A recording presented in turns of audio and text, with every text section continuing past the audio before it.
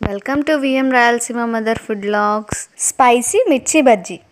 మిరపకాయ బజ్జీ అనగానే ముందు నోట్లో నీళ్ళు వచ్చేస్తాయి, ఆ తర్వాత కన్నీళ్ళు వస్తాయి. అయినా సరే బజ్జీలు తినకుండా ఎవరైనా ఉండగలరా? అలాగే ఈ బజ్జీ తిన్నాక కూడా మీరు అలాగే అంటారు, అంత బాగుంటుంది. ఈవెన్ పిల్లలు కూడా చాలా ఇష్టంగా ఎంజాయ్ చేస్తారు.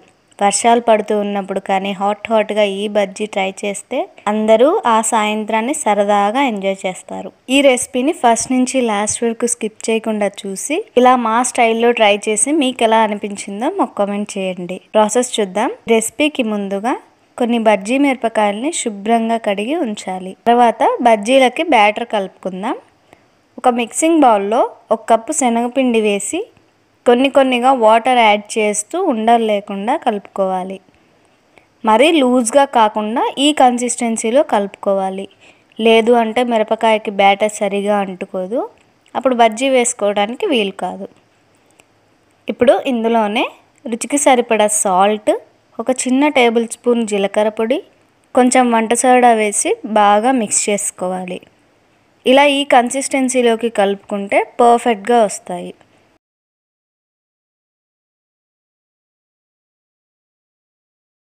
తర్వాత డీప్ ఫ్రైకి ఆయిల్ పెట్టి ఆయిల్ బాగా హీట్ అయ్యాక బ్యాటర్లో మిరపకాయని డిప్ చేసుకొని ఆయిల్లో వేసుకొని డీప్ ఫ్రై చేసుకోవాలి.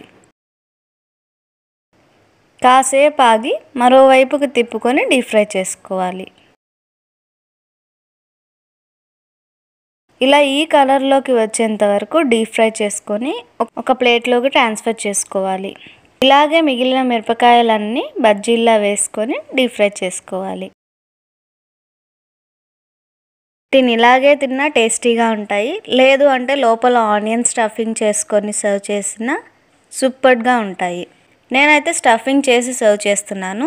మీకు ఎలా కావాలంటే అలా చేసుకోండి. ఇప్పుడు స్టఫింగ్కి 1 కప్పులో రుచికి సరిపడా సాల్ట్, కారం, 1/2 టేబుల్ స్పూన్ చాట్ మసాలా, సన్నగా తరిగిన ఆనియన్స్, లాస్ట్లో నిమ్మరసం యాడ్ చేసుకొని బాగా మిక్స్ చేసి ఉంచాలి.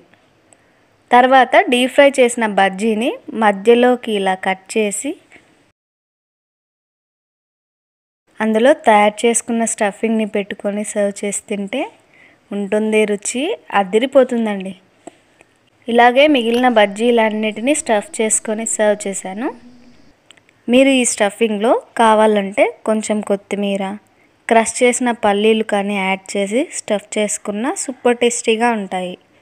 మేము వేయలేదు. ఇలా కూడా చాలా టేస్టీగా ఉంటాయండి. ఇలా ఒక్కసారి ట్రై చేసి సర్వ్ చేసి చూడండి, మళ్ళీ ఇలాగే చేసుకోవాలనుకుంటారు. ఈ బజ్జీలోకి స్టఫింగ్ని మార్చి చాలా రకాలుగా సర్వ్ చేస్తూ ఉంటారు. అవన్నీ నేను మీకు తర్వాత వీడియోస్లో చూపిస్తాను. మీరు ట్రై చేసిన ఆ రెసిపీ పిక్ని మా ఇన్స్టాగ్రామ్ని ఫాలో అవుతూ నాకు ట్యాగ్ చేయండి. మమ్మల్ని ఇలాగే ముందుకు నడిపిస్తారని ఆశిస్తూ thank you for watching friends.